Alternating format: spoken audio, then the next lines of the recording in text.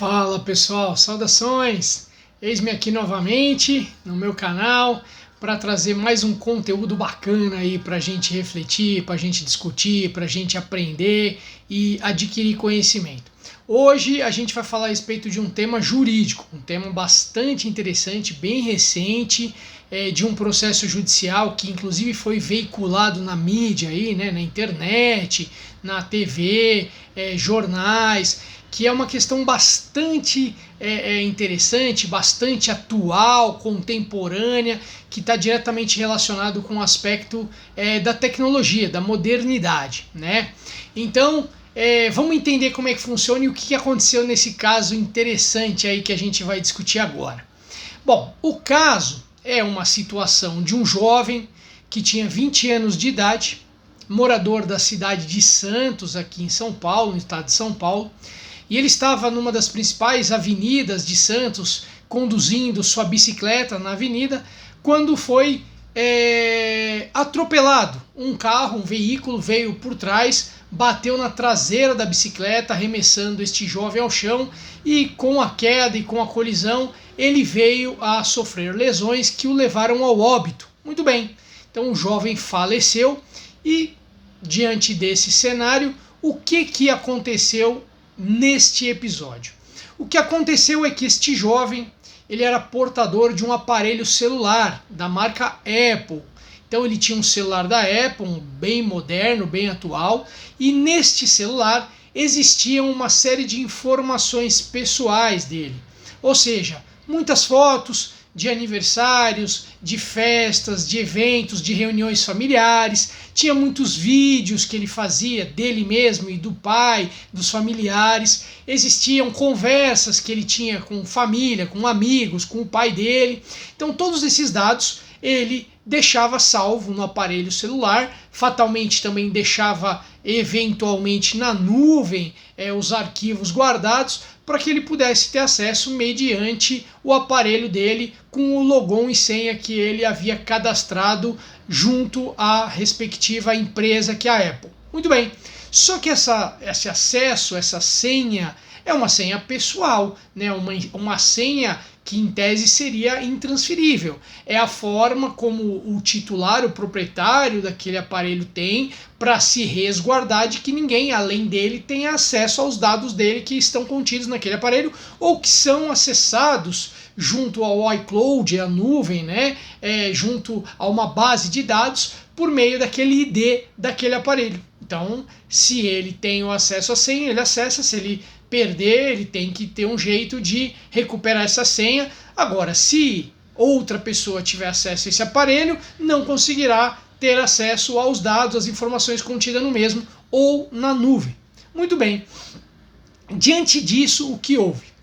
O pai deste jovem de 20 anos contratou um escritório de advocacia que na própria cidade de Santos, no juizado especial cível, na segunda vara do Juizado Especial Cível de Santos, ajuizou uma demanda requerendo junto à Apple que fosse fornecida a senha para que ele pudesse acessar o aparelho e ter acesso a esses dados.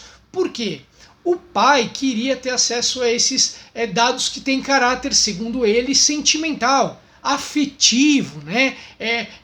As fotos em que ele estava com o filho abraçado, os eventos, os aniversários, as comemorações, feriados, eventualmente Natal, Ano Novo, aniversário, em que eles estavam juntos. Todos esses vídeos, fotos estavam no aparelho ou poderiam ser acessados por meio do aparelho, e o pai queria ter acesso a isso. Tem um valor sentimental isso. Isso é o que no direito alguns doutrinadores chamam de herança afetiva, né? É aquilo que o sujeito falece e deixa depois de falecer, além de questões patrimoniais, né? Além de bens móveis e imóveis. Muito bem, ajuizada essa demanda, a empresa se defendeu dizendo que não poderia fornecer, até por uma questão técnica, inviabilidade técnica, porque só era possível o acesso ao ID do aparelho e acesso às informações contidas no mesmo com a senha, e essa senha seria sigilosa, nem a própria empresa teria acesso, então não haveria como dar essa informação. Todavia, com base na lei do Marco Civil da Internet, né, bem como Lei Geral de Proteção de Dados, também é importante salientar, mas mais basicamente a Lei do Marco Civil da Internet, existem artigos ali que facultam a possibilidade de outras pessoas terem acesso a determinadas informações sigilosas, desde que com uma ordem judicial, que é manifesta num alvará judicial, né? Então, a empresa, a Apple, informou isso. Eu não posso, tecnicamente, fornecer, mas se houver um alvará, temos que, de alguma forma, viabilizar o acesso a esses dados, a essas informações, a essas conversas que estavam registradas no aparelho, as fotos, os vídeos, para que cumpramos a ordem judicial tal como emanada do Poder Judiciário. Diante disso, o juiz, analisando essa questão, foi lá e deferiu, julgou procedente, por uma sentença, julgou procedente o pleito do pai deste jovem falecido para que ele pudesse ter acesso e que a empresa fosse obrigada a fornecer os dados para que transferisse a conta que estava em nome do filho falecido para ele, para que ele pudesse ter acesso a esses dados. Olha que interessante. É claro que é uma sentença que cabe recurso. Por ser juizado, não haverá condenação em custas processuais e honorários advocatícios se não houver recurso, e a empresa, em tese, já se manifestou favorável a fornecer desde que houvesse uma ordem judicial. Então talvez não exista recurso, não sei. É possível que não exista recurso. O processo está viabilizado pela internet. Eu dei uma olhada no processo, né, que é acessível, é possível, pelo menos para advogados é possível ter acesso no site do Tribunal de Justiça de São Paulo. Então eu verifiquei, até então não havia recurso. Então acredito que essa sentença acabará sendo cumprida aí com a empresa fornecendo os dados. Isso é uma questão bastante interessante. Por quê? Em princípio, como eu disse, existe a tal da herança afetiva, ou seja, um certo direito dos herdeiros, no caso o pai, que é o sucessor desse jovem de 20 anos, que por não ter filhos, a herança, o herdeiro na ordem sucessória seria o ascendente, que é o pai e eventualmente a mãe, né? Então ele, como herdeiro, teria direito a essa chamada herança afetiva. Já que antigamente a pessoa falecia, deixava álbuns de fotografia, deixava fitas cassetes, ou CDs, ou Blu-rays gravados com os vídeos, ou eventualmente as conversas se davam por meio de cartas, ou por meio de agenda e correspondência. Hoje em dia, tudo isso, esses vídeos, essas fotos que eram tangíveis, que eram materializáveis em documentos, que você podia pegar e ter acesso a isso após a morte do sujeito que era a detentora desses bens, hoje em dia está tudo no celular, está tudo na nuvem, está tudo no aparelho, é acessado por meio do aparelho, é tudo digital. Então esta chamada herança afetiva fica para os pais, né? Agora, e numa questão como para os pais ou para os filhos, e numa questão como essa, é viável que seja permitido legalmente o acesso dos pais aos dados do filho como uma herança afetiva? Tem uma questão intrincada aqui, interessante. Por quê? Porque tem que ser sopesado a questão do direito à privacidade, a intimidade do jovem falecido. O jovem com 21 anos fatalmente tinha vídeos, tinha fotos, tinha conversas ali naquele aparelho, ou que poderiam ser acessadas por meio daquele aparelho, que ele não se incomodaria. Não haveria qualquer restrição, até porque talvez nos vídeos, nas fotos, o próprio pai poderia estar junto com ele. Então eu imagino que muitas das fotos, muitos dos vídeos e muitas das conversas para ele não teria problema que ninguém acessasse, que se tornasse público. Agora, pode ser que dentre esses vídeos, dentre essas fotos e dentre essas conversas, hajam conversas, vídeos e fotos que fazem parte da intimidade daquele jovem.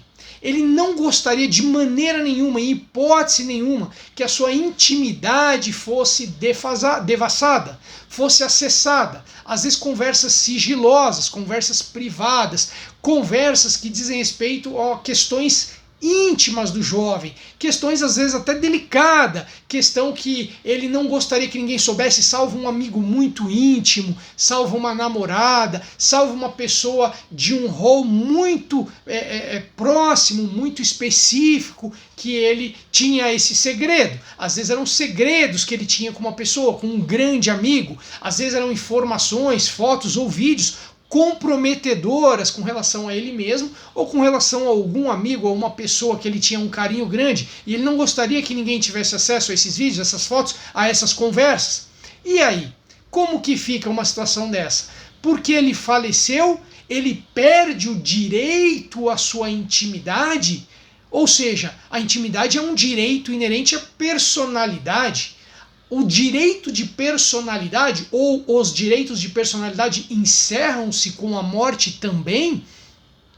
Existem amplos exemplos no nosso direito, no ordenamento jurídico, em que alguns direitos de personalidade não se encerram com a morte, e inclusive os herdeiros podem defender aquela imagem, o nome, a reputação daquele sujeito falecido. Por quê? Porque continua protegido, continua sendo um bem jurídico digno de proteção, a herança deixada pelo falecido no que diz respeito aos seus direitos de personalidade.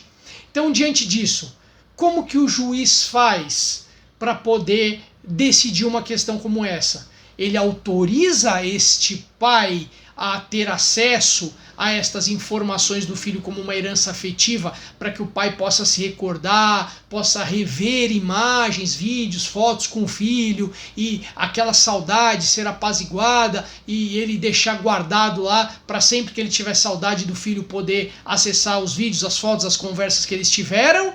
Ou o juiz zela pela individualidade desse jovem, que já tinha 20 anos de idade, já era maior, capaz, e que tem que ser preservada pelo ordenamento jurídico, uma vez que o jovem não deixou nada registrado por escrito, de maneira expressa, que ele autorizaria o acesso às informações particulares dele após sua morte. Poderia tê-lo feito por meio de um testamento, de um codicilo, ou de um documento aí legítimo, que fosse reconhecido firme, ou que tivesse testemunha, ou que ele deixasse de alguma maneira que ficasse evidenciado que a última vontade dele pós-morte seria liberar o acesso a essas informações contidas ou acessadas por meio do aparelho de celular dele, mas ele não deixou, pelo menos em princípio nesse caso.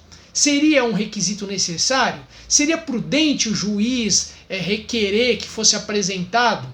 E seria razoável desejar que as pessoas deixem por escrito, em testamento, em codicilo, esse tipo de coisa? Ou seja, que viabilize que outras pessoas tenham acesso ao seu aparelho de celular, seu smartphone, ou até seu notebook, podemos dizer assim, eventualmente seu tablet, para depois da sua morte?